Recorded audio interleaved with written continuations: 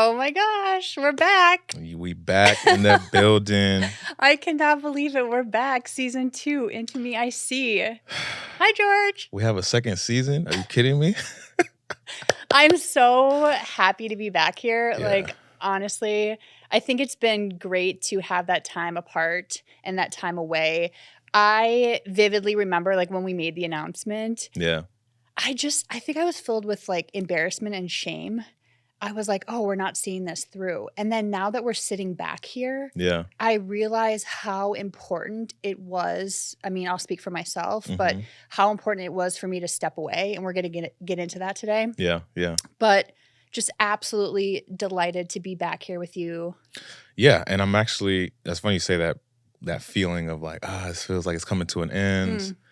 We don't really have the whole, road trip or road map, everything mapped out. But I think that gap of time to just live life and just only do that is going to, make this season a lot better. It's going to make, in my opinion, like our focus on ourselves a little bit better too. But yeah, this is a short amount of time. A lot has happened. So actually it's been 6 months. 6 months. Since we were recording here. It's been 6 months time, which is crazy because I feel like it's flown by.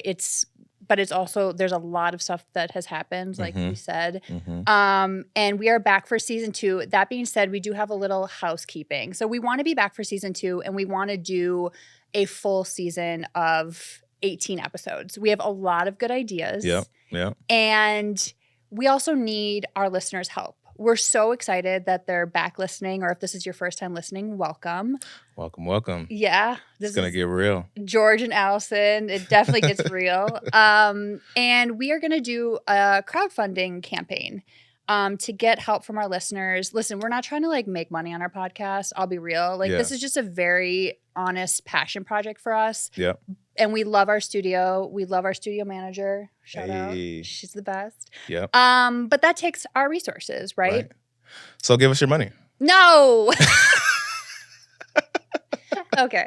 You can be the salesman because that's not me at all. I really don't have the sales bone in my body. I'm like, okay. You know what I'm saying? Any extra spare cash, you know what I'm saying? It's hard to ask. Wow, but no, I think for us it's like we want to be able to do this and I think just give it our best, right? And so like you said, it's definitely a passion project for us, something that we didn't even really think that was possible. And then here we are doing it. Totally. And, in my opinion, I think we're doing really well for just getting started into this and also keeping like our standard. We want to make sure we're delivering quality. So we really appreciate all the support, any support that any of you can give us. So the details will be in the show notes and on the top of our Instagram page. So our Instagram is IntoMeIC_podcast. There's a link right there.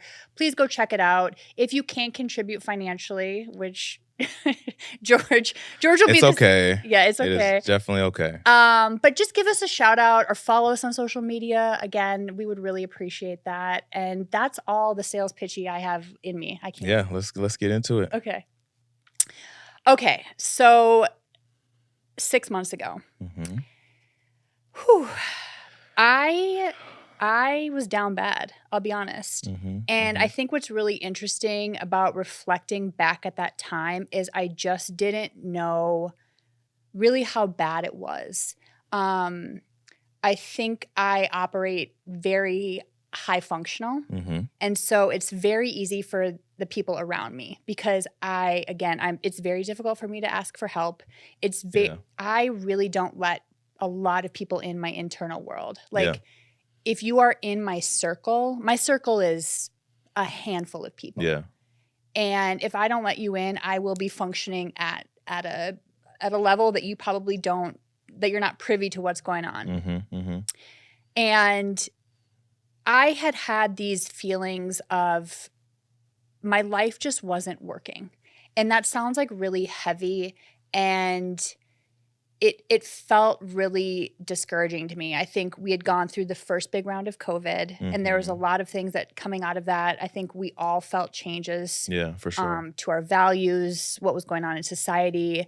I had been living in a horrible living situation. My apartment complex was literally causing so much traumatic energy to me. And home has to be my safe space. Yeah. I have to feel like I am recuperating there. I have to feel safe. It has to be calm. And it was none of those things. And it was also like incredibly jarring. Yeah. I think LA in general was also wearing on me.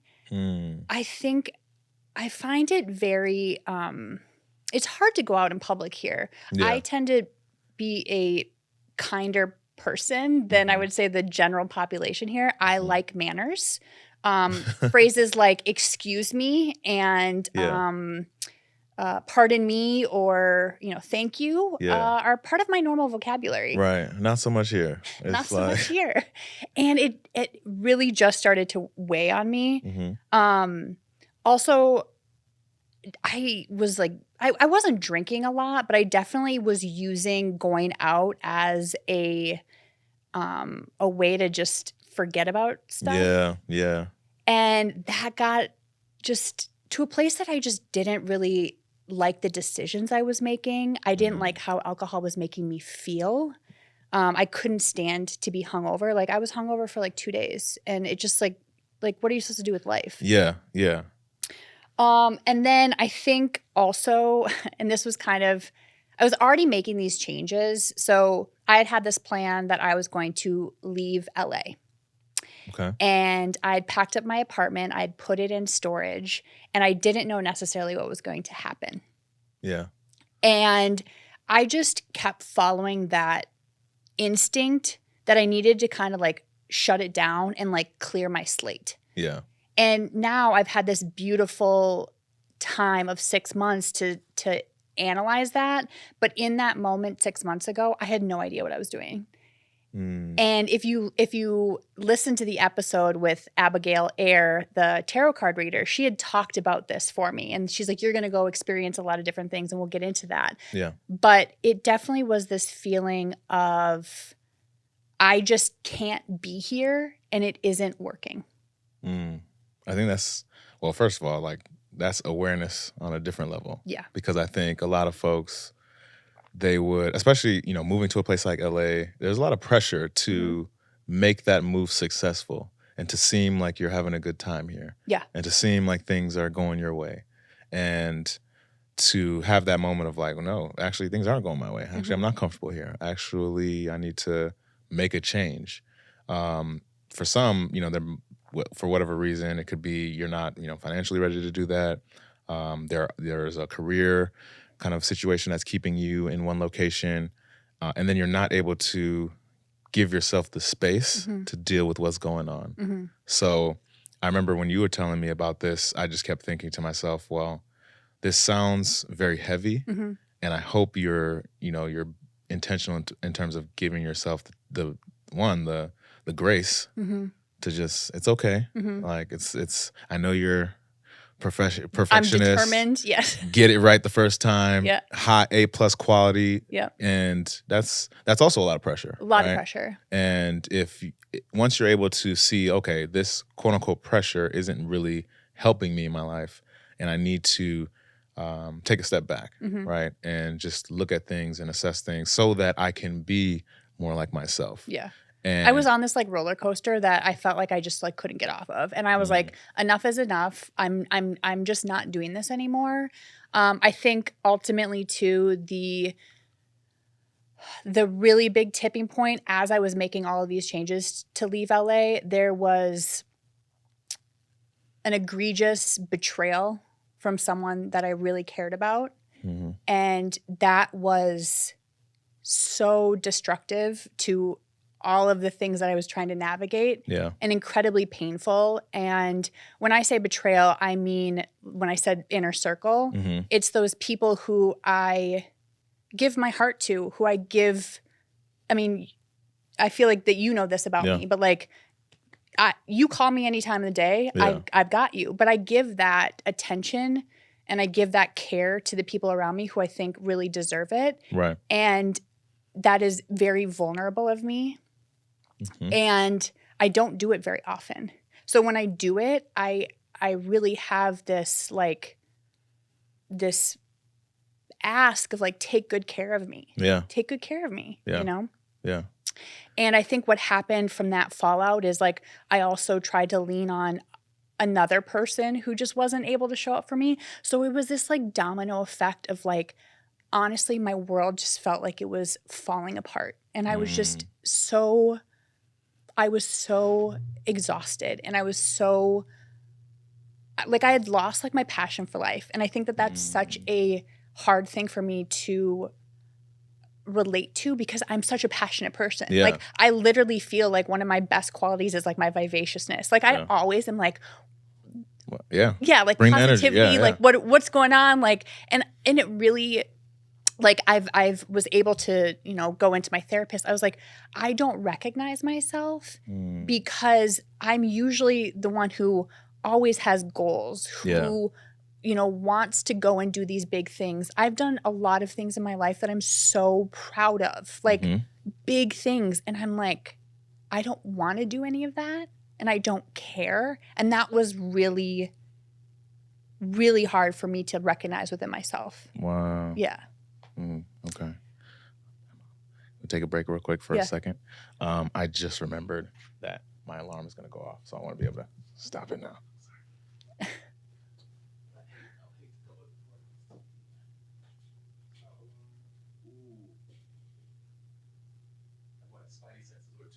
Oh my gosh. Cool. Right back in. So I had the amazing opportunity, and I would say this is a very privileged place to be, but I packed up all my stuff. I put it in storage and I went to my parents' vacation home in Arizona. And I remember like when I left LA, I just remember this feeling of like resentment for this city. And that was like really heavy for me too, because I really love this city now, you know? But I literally like flicked it off in my rearview mirror and I was like, deuces, like, I don't know what's happening, right? Yeah. And, you know, so like I had wiped the slate clean. I had, you know, I would say, unfortunately, like really isolated myself. I didn't have any energy, right? Yeah. And my nervous system was incredibly like deteriorated. Like everything I felt like reactionary to, and I was just really beat down. And I think this was definitely like the rock bottom. Like Okay. It felt heavy, it felt sad, it felt lonely, it felt I felt incredibly discouraged. Lots of alone time, lots of crying time. My siblings are in Arizona, so it was great to just like go out to dinner and just be around people who don't expect anything from you. Right? You can kind of just sit there and you're like, at least I'm like out. And like and you can finally take a deep breath. I don't think I was deep. Not yet, but I think we had a few conversations at this point too. So like, what was like your perspective? I think, you know, like I said earlier, it was good that you had this awareness.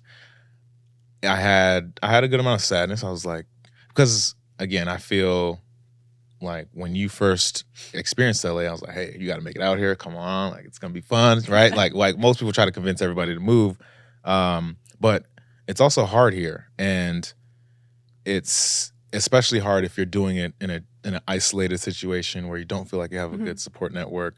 And so I wanted to support you in any way possible, even if that meant, hey, you got to take a little break here, step away, and don't put on any expectation to like, I need to be back here by this time, or like the focus here is take a step back and to kind of realize what's going on and give yourself that time and space, because unless you unplug, you're just kind of just kicking it down the road, and eventually it'll probably even get worse under different circumstances, right?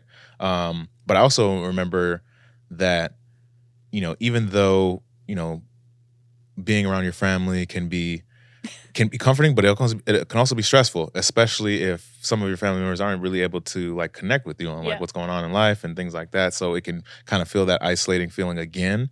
But I think the main difference is, like you said, the pressure to be someone that you're not, right? Like you can truly be yourself, and your family, well, at the very least, is going to accept you as such. And so I mean, I was happy for you to get into an environment where you can like, again, like take and maybe not a deep breath, but at least pause for a second. Yeah, it was definitely a pause. Like I vividly remember finally getting to their house, and like my parents are so great. I'm so thankful for them for just like hearing that I needed space and peace and like basically doing whatever they could to help me. But I vividly remember getting there and thinking, okay, now what? Like I had cleared everything out. I had cleared most of my friends out. I had cleared my life out, my apartment, like my life that I'd known for 2.5 years. And there was nowhere for me to run. So in that space, I had to confront all of the sadness and the anger and the frustration and all of those really icky emotions that I think we are all trying to run from. Yep. And it was a really, really, like, I wish I could go back to, I have this like very vivid image of me just like sobbing on the couch and like for like hours and like not being able to stop. And I wish that I could tell her like, it's going to be okay. Like it will get better, but like you honestly have to like feel this. Because the changes that you want to make are on the other side of feeling this. Yes, exactly. And, you know, with like the betrayal, I think what was so painful is I knew better. And it's almost that feeling of like, I didn't show up for myself. I didn't maintain my boundaries. I didn't stick up for myself. And like, I allowed this to happen. So it's almost like you like beat yourself up too, which is not the emotions I needed to be. Exactly. That's not the space you need to be in there, but it's understandable. Yeah. Right? Especially when you have that standard for yourself. Yeah. And like the love that I give, like, I mean, I'm an optimistic person. I'm like, it would like, I hope that the love that I give would come back to me. Right. And like, I feel like that's a pretty healthy, normal human want and need. And you know, something as devastating as that with someone who was so fragile really just like ripped me open to my core. And I'm just like so thankful for the people that like gave me the space, but also checked in and like didn't make me feel obligated because I was already like doing so much work, right? Like I text my friend and I was like, listen, I'm a really shitty friend right now. Like I can't give you anything. I don't have any space. I don't have like, just know that I'm really having a hard time. And those people who let me have the space, who showed up for me, like, obviously, like we were just talking about this earlier, but I was going through my screenshots, or like my photos around this time just to kind of regroup for this episode on like where I was at. And one of the pictures that I have 9 days after I left LA is you and I FaceTiming, and I'm laughing so hard. We are like, and I don't remember what we were talking about. Yeah, it must have been something goofy because I also feel like it was a deep conversation because I remember it was like emotional in the beginning, and then I feel like we were able to like laugh something off. I don't know if it was just like I was probably talking junk about like where you were located or it was like some self-deprecating thing where I was like, wow, we're down bad. Shit is going down right now. And at some point you just gotta laugh at the pain. But yeah, I mean, I know that I wanted to respect your space and, you know, check in on you. But this is that moment where, as a good friend, you kind of have to watch your friends struggle and watch them go through it and just wish them the best because that's what you would expect, obviously, if you're in that situation. And want to be able to tell the story like how is this going to end, right? And at some point, again, right now it's heavy. Right now it feels like there's no really like light at the end of the tunnel, so to speak. But we know that if you do this work, and if you continue down this path, like think about the Allison that's going to come out at the other end. And that's something that I think is so underrated in the sense of you're dealing with something tough, you're dealing with pain, and that's all you can really see is kind of the blinders on. But if you have a clear focus on, wow, after I get through this, think about how much more powerful I am. Think And about how much more. I think now I can reflect and say, yes, that was the journey I was on. But even in those moments, it did not feel that way. I didn't see a light at the end of the tunnel. I didn't know what was going to happen. I didn't know where I was going to relocate to, if I was going to move. Like, I really, when I say like clean the slate, and it's such a privileged place because I know that not everyone can have that opportunity. Yeah. Like, and for me, it was like I had to clean the entire slate. And, you know, okay, so we're down bad. We're down bad. We're crying on the couch. Like, I remember one time my brother and I went hiking, and I think I made it like a quarter mile, and I was like, I can't finish this because I'm too exhausted. Like, and hiking is like one of my. I was gonna say you're a hiker, legit. Exactly. So anyway, we're down bad, but starting to like, one of the things that I really leaned into at this time was like my morning routine, and for me that really included things like these sound so basic, but like making my bed, getting sunlight in the morning, drinking some water before I douse myself in caffeine, you know? And so that was just like foundational for me to show up for myself, take good care of myself in the morning so that I could continue that energy going forward. Yeah. And I would say that one of the things that really started to energize me and part of this like recuperating process was my friend Emily. Shout out Emily. She was on sabbatical, and she was like, hey, do you want to go to Europe? And I was like, yes, I absolutely do. I'm a traveler. One of my greatest joys in life is exploring parts of this world. And I had not been out of the country since 2019. And she, you know, and also I often travel by myself, and I think I'm just kind of like done traveling by myself. That doesn't mean I'll never take any solo trips. But like life is like one of the other things that I've realized very deeply is life is better for me when I can share it with someone. That doesn't mean that I'm still not going to be an introvert and I'm still not going to be independent, but there is something so beautiful about sharing experiences with the people that are closest to you. For sure.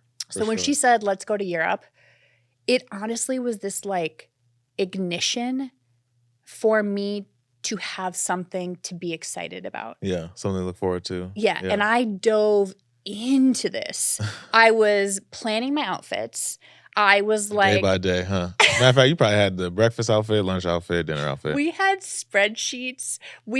She's also very type A, and we had spreadsheets of reservations and like maps and places to go, and like we just were dialed in because I think we both really needed it. Yeah. We really enjoy spending time with each other. We know we're gonna have a good time.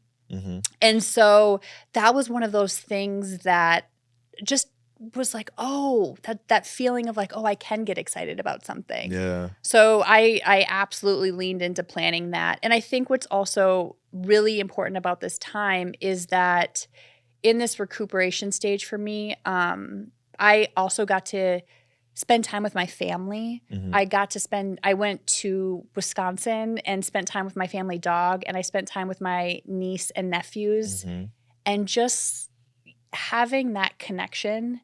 I also went back to Minneapolis for the first time in like 3 years. Well, I went into the office for the first time. How did that feel? I cried when I got to the office because I realized how isolating it's been to work remotely, work from home. For years. Right? Since COVID. Years. Yeah. And just the sense of community and the people that you recognize, and just the like normal conversations of like, oh my gosh, how are your kids? Like, I just realized that a community portion of me was really, really missing. So I was in my hometown, which was a whole other experience because also in this time, I'm like, okay, if I don't go back to LA, where am I going? Yeah. And so I'm like kind of like trying these places. Like I put Arizona on, like the Phoenix area on, and like tried that on. I like went back to Minneapolis and I was like, I don't know, like, do I want to come back here? Yeah. You know, that's my home. Yeah. Yeah. And just like being places that I was familiar with, seeing some of my closest friends, that was really interesting to have that comparison. Yeah. I was in New York for work for a little bit.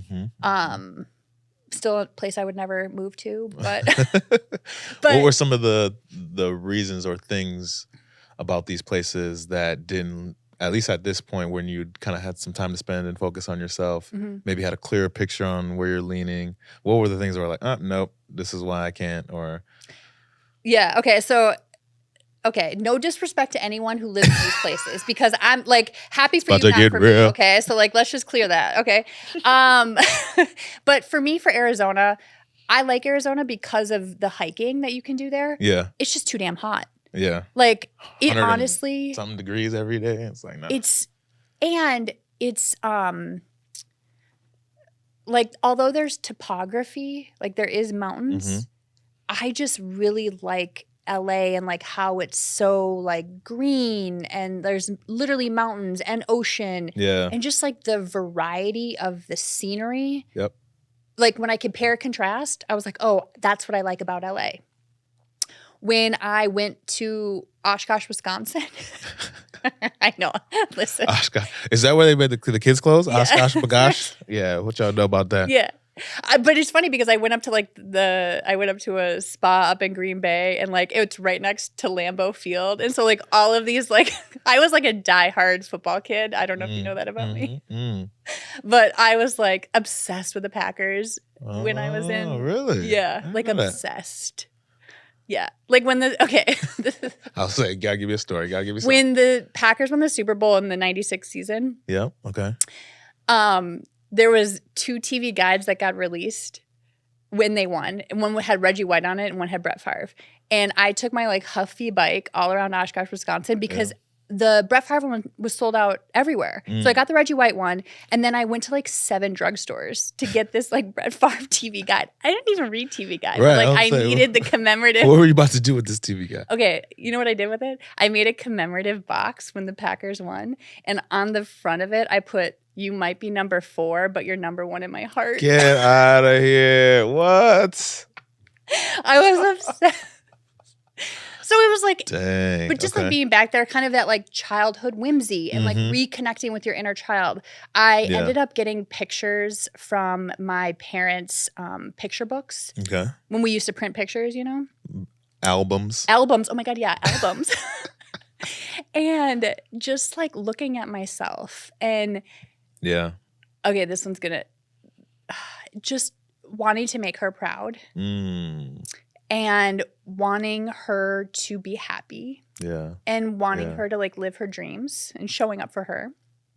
So now in my apartment currently, I have 2 pictures of my younger self. I think I'm like age 5. In 5 to 7 in these pictures. And I have them out because it's that daily reminder to like have her back. Yeah. Wow. You know? That's so powerful. Mm-hmm. Because again, that daily reminder, but I think if we were just do a poll right now, how many people have pictures of themselves as kid in their home? Like, it's probably really low. Yeah. And I think that's part of why it's hard to have that daily reminder of like, look how far you've come. Remember the good and fun things about yourself. Remember how you used to just not care. Like when I had baby pictures or like younger pictures, I made it a point I would not smile. You couldn't get a straight George, like, let me pose. And I was just a fool. And I had a very similar experience going back home and seeing that. But it's that warm, like, oh, okay, I'm good. And like in my face, there's just so much hope. And there's so much purity. And I think that was the other thing, like, part of me felt like it kind of had died. And I didn't know if it was ever going to come back. Yeah. And I think when I look at those photos, I see that pureness and that love that I hope that I can continue to radiate. And it took work, right? Like also getting my nervous system in check. Just like really taking care of myself. And like I said, my morning routine. And just getting calm and what were some of the things that like helped you kind of get calm or I guess better regulate yourself? Yeah. I would say that water was really important. So my parents have a pool, and so just being able to swim and then like showers and baths. I'm incredibly ritualistic with my baths. And so, you know, lighting candles and just like treating yourself with care, because if I can show up for myself and treat myself with care, then at least I know that like that's set, right? Yeah. And honestly, getting my nervous system in check included me being away from a very, very, very busy metropolitan city. I am like very noise sensitive, which is really in contradiction with what happens in the city. Literally noise everywhere. Noise everywhere. Yeah. And then back to your question about like other city comparison. So Oshkosh wasn't going to be for me just because there's just not a lot to do, and I'm very much activity. Yeah. The Midwest, specifically, I would say in that portion of the Midwest, is very family centric. Yeah. My sister lives there. She has 3 kids. That really is, I would say, part of the makeup of the community there is it's really family, and by family I mean multiple children. Yeah. Yeah. And it just didn't resonate for me. Like, I'm so happy for my sister, and she's such a good mom. She's such a good mom. And I look at how good of a mom she is, and I'm like, I don't think I could be that. Wow. And like, that's okay. Yeah. That's okay. But to have that comparison, right? Yep. Especially 3 kids. I'm like, girl, you are crazy. And then I think the other one that was definitely like weighing on me was Minneapolis. And when I got there, I was like, oh my God, it feels so good to feel familiar. And it feels so good to be like at a place that I know that I could survive. But honestly, like when I tried it back on, I feel like I had outgrown it. Yeah. I was going to say, did you feel like, this is familiar, but I'm also past this in a way? Yeah. Yes. Yeah. And then part of me also had the perspective of like, maybe I'll move abroad. So when I went to Europe, part of me was like, is this something that I want in my life? Because I lived abroad when I was a kid, and I've always wanted that experience for myself as an adult. And I don't know if that's coming, but I've always kind of had my eye on that. And so we went to Greece and Croatia, Emily and I, and then I went to Portugal by myself because I was like, I don't know, I've heard great things about Lisbon. Maybe I'll move to Lisbon. And like the second I got there, I was like, nah. Like, but it was so good for me to be able to, like I said, try these things on and realize like what was fitting, what was not. So I came back from Europe, and it's funny, like the first thing I did that I was just like craving was like a Target run. I just like, you were craving Target. I was craving Target so bad. And I just wanted to like go down the aisles with my cart and just like, because I don't know if you like in Europe, like there's no ice cubes in the water. Like it's a different living experience, right? And like that's cool. But like part of me just wanted that like hyper consumerism. That's when you know you're addicted. Yeah, exactly. Like I need to put something in this basket and buy it, and I wanted Starbucks so bad. It's really sad, but like, but it's also not, because it made me like again appreciate the United States too. Like I'm like, oh, I do like living in this place. Some parts of it I like about it, you know? Yeah. And that's okay. Yeah. And so I got back from Europe, and I just felt this kind of like click of like motivation, right? And I was like, okay, I've answered a lot of the things that I don't want. And it became clear to me, and I was in therapy at this time, and like when I went to my therapist, I was like, hey, I think I'm going to go back to LA and at least dabble. Try it on. And she goes, from when you came in here the first day to now, she goes, you had like no plan and you didn't know what you were doing. And she goes, this is such a glimmer because at least you're starting to create movement. Yeah. And she goes, I know how important that is to you, like being motivated to do things. And so it was really nice to have that perspective as well, that like I felt like I was making improvements, quote unquote. But to see it from her perspective was really reassuring. Right. Yeah. Do you think, well, when you left, were you already kind of in a more consistent like sessions with your therapist, or did they increase during that time? Did they decrease? Like how did you work that into your kind of, I guess, healing or your period for yourself? Yeah, so I had to find a therapist in Arizona because once you cross state lines, unless they're licensed in both the states, yeah. So I had to find a new therapist, which was honestly, I think when I got there, it was like #1 priority. Okay. I think I got there on like a Tuesday, and by Thursday, I was like scheduling my sessions. Okay. Because I knew where I was emotionally and mentally, and I knew that I really needed that support. So I found a wonderful therapist in Arizona, probably one of my most favorite that I've ever had, which is such a blessing. Wow. And I do believe that those are such like beautiful coincidences that kind of like life has your back. But like the first session I went in, I think I just like cried the entire time. Yeah. Get it out. Yep.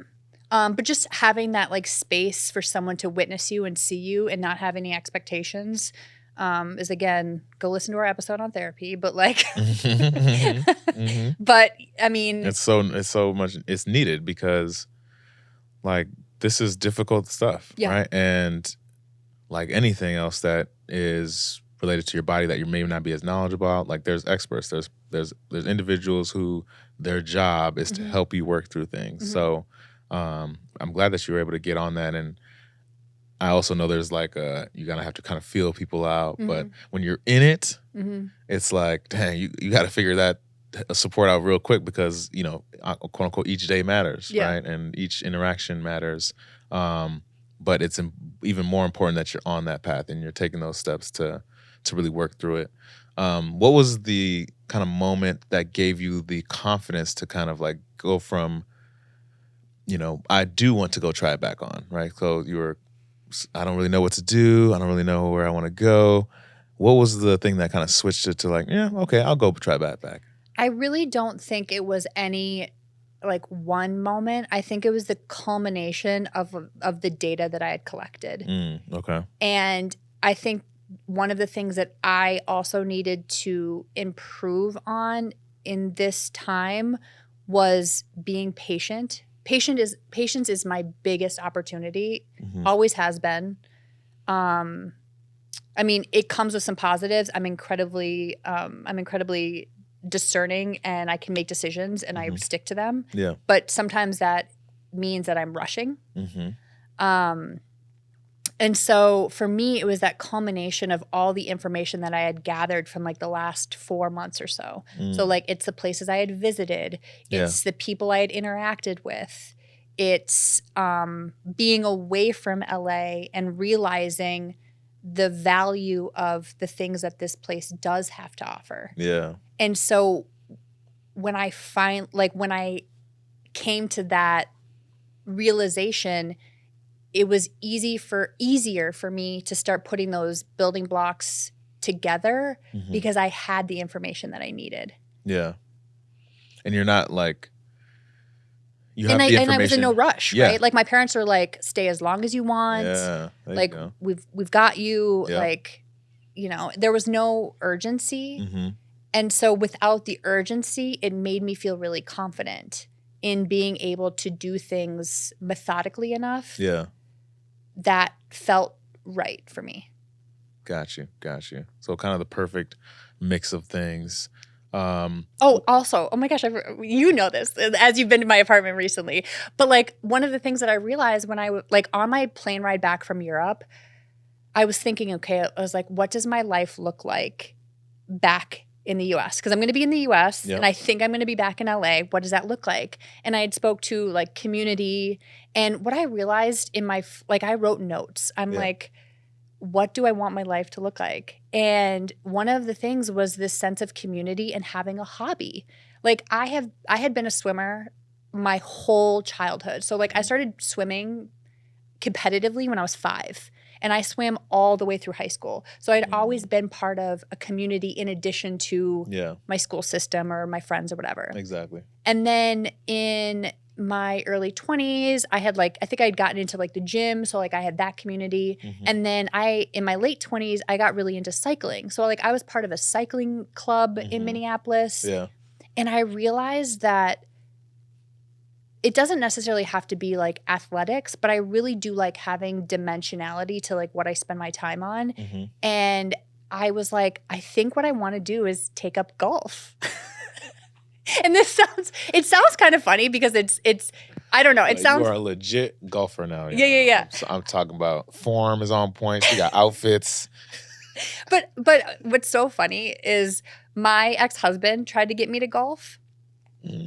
And so I got into it begrudgingly because I was just well, if I want to spend any time with him in the summer in Minneapolis, I'm going to have to golf. And it was so part of his family dynamic. That reminds me, I called you after this conversation. I was in Vegas for work, and I had the most beautiful conversation with my former sister-in-law. Let that sink in. Okay, so you had a conversation with the sister of the man you divorced. Correct. Shit. So we'll get into that in a little, maybe that's a different episode. But I would say that also added to this healing. Yeah. Of talking to someone who 10 years ago probably didn't care for me that much.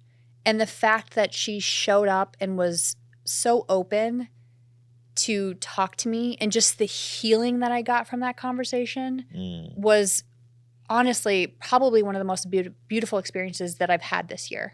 Wow. And it's really interesting because we had met the year before at this event that goes on in Vegas, and she had shared with her friend, she goes, I don't know what the purpose of me seeing her. And her friend goes, maybe the reason for seeing her isn't for you. Maybe it's for her. And it was for me. And I needed that reflection and just to have that point of reference again, to be able to see how much change I've made. My former sister-in-law even said, she's like, you literally have changed as a person. Yeah. And that was so freaking cool to hear. Yeah. Yeah. So anyway, I know when we say 6 months of living, there has been so much going on. But but one of the things I want to also incorporate, I know you've made some decisions also in terms of things that you don't want to, things that you no longer want to be a part of your life. Yeah. Right. I think that's also a difficult task when people are trying to make changes, is the letting go. What were some of the things that, at least, I know it also depends by person, right? If you're somebody who's a type A, you can make decisions, you can stick to them. However, making a decision on something that you've either been super comfortable with, done a lot, you're familiar with, how do you let that go? How do you? I am really a very principled person. And I really, truly believe that you can change things. It is hard. Yeah. But I think having that integrity to myself is probably one of my favorite qualities, and the way that I show up for myself. So I stopped drinking this year. I have not had alcoholic beverages, caveat, asterisk. I did drink for 2 days in Europe. But we know that Europe alcohol hits that different. Don't count. Okay. But on U.S. soil, I have not had any alcoholic beverages. For me, that is the right choice. Wow. For me, has brought so much clarity to my life. It has really, really, really been beneficial. That was one that I've made the change. I said that I would go the full year. And if I do incorporate drinking into my future, that will be on a case-by-case basis. But I really want to go this year, and I'm doing a great job. I mean, it's end of September. You only got a few months left. You got this. And then I would say the other thing that is just really non-negotiable for me at this point is feeling safe in relationships. Mm-hmm. And I mean that from romantic relationships. I mean that from friendships. Mm-hmm. There is a sense of safety that I need to feel. And so there are friends that have not continued on this journey with me. Mm-hmm. And I'm okay with that. Yeah. Because one of the most dysregulating things for me is to feel like I am not safe.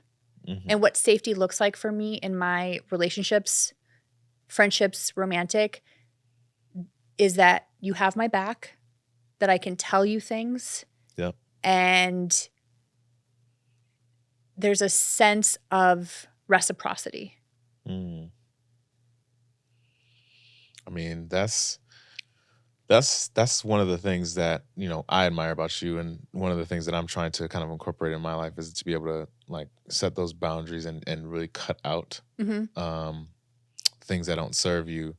Was it something that you like had conversations with people on, or was it just more of like, hey, I'm just gonna kind of ease this out? I think there was only like 2 or 3 that were on the chopping block, and they really just did phase out naturally and organically. And at this point, I don't feel like I owe conversations to those people, because I don't want this to come off like I'm testing someone. That's not it at all. But I think when you have things that naturally fade away and someone isn't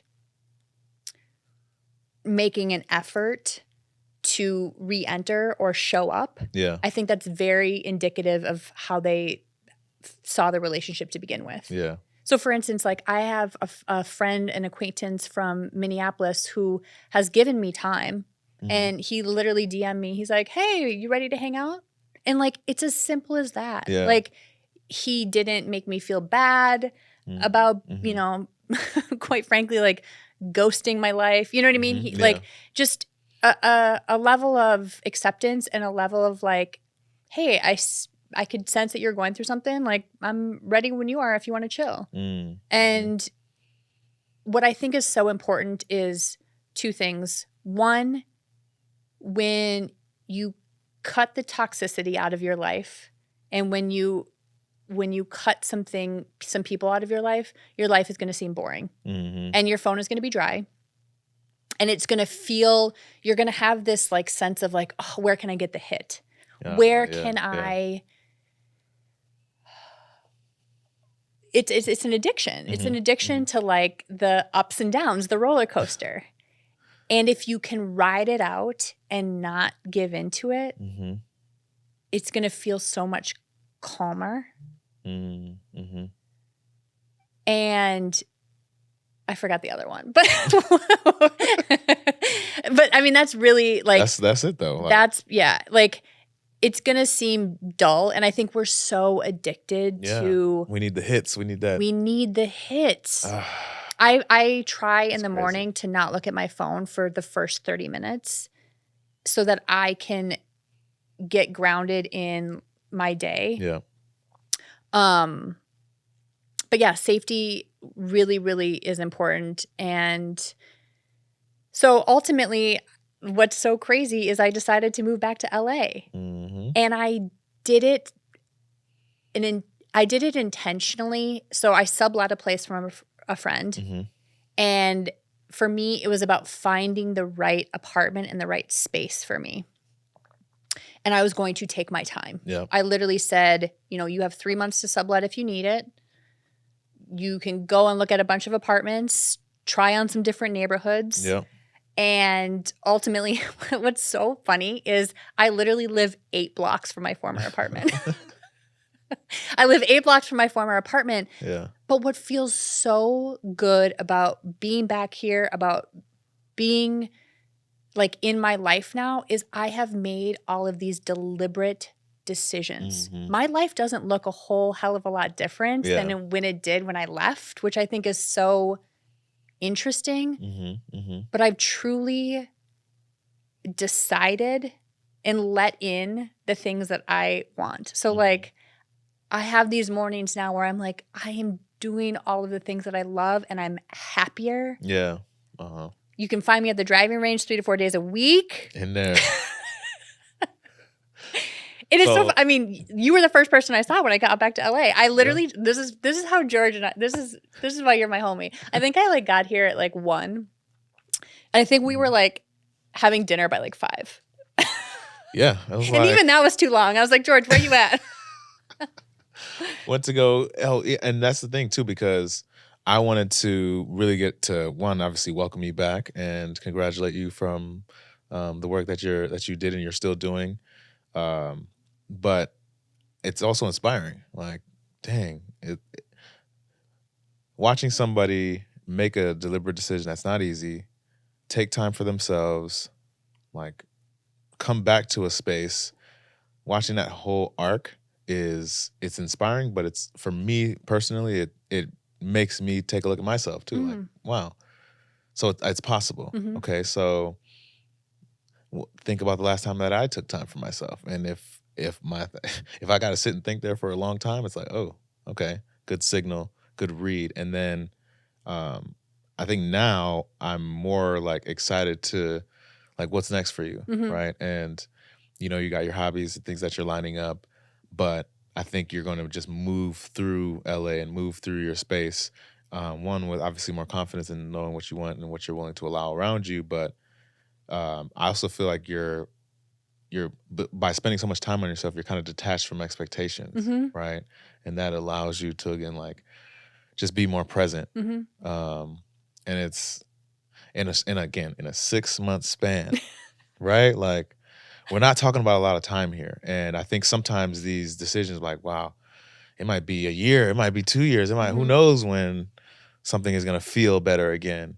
But it's kind of being present in each stage, right? And knowing kind of like, you know, the old saying, this too shall pass, right? Okay, if I'm in the sad pass, if I'm in the I can't get out of bed phase, it's just a phase. It's not your reality forever.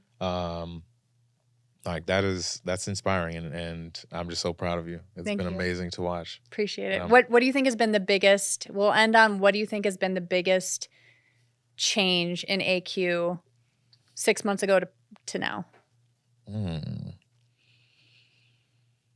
I would say, I don't even know the answer, so I'm excited to hear.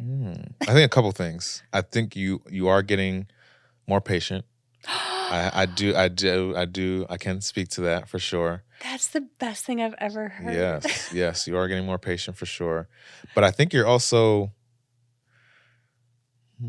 how do I put this? Like, I think you're just more optimistic too. I think there's a difference between, obviously, like if you know you want to do something, you know you want to go after something, like you're gonna go get it, right? But there's a energy and a flow with it too, where it's like, I'm looking forward to go doing this. I'm having fun doing this. Like, I know, you know, apartment searching and hunting is like, you were comfortable kind of in the sublet. You're like, okay, we'll kind of figure it out. But eventually, you're like, okay, like tomorrow I need my space, right? But I think old AQ, you would have needed that space probably en route or before you got here on day one. So true. Like, it would have been, you know, anxiety producing for you. And I feel like you were able to just kind of be comfortable in that. And so I definitely noticed that. And I'm like, okay. I do feel in flow. You're so right. I feel magnetic. I feel in flow. Like, it's, it's good to see. It's great to be here. Well, thank you so much. I have so much love for you. I appreciate all the support. Sure, I'm so glad we are back in the studio.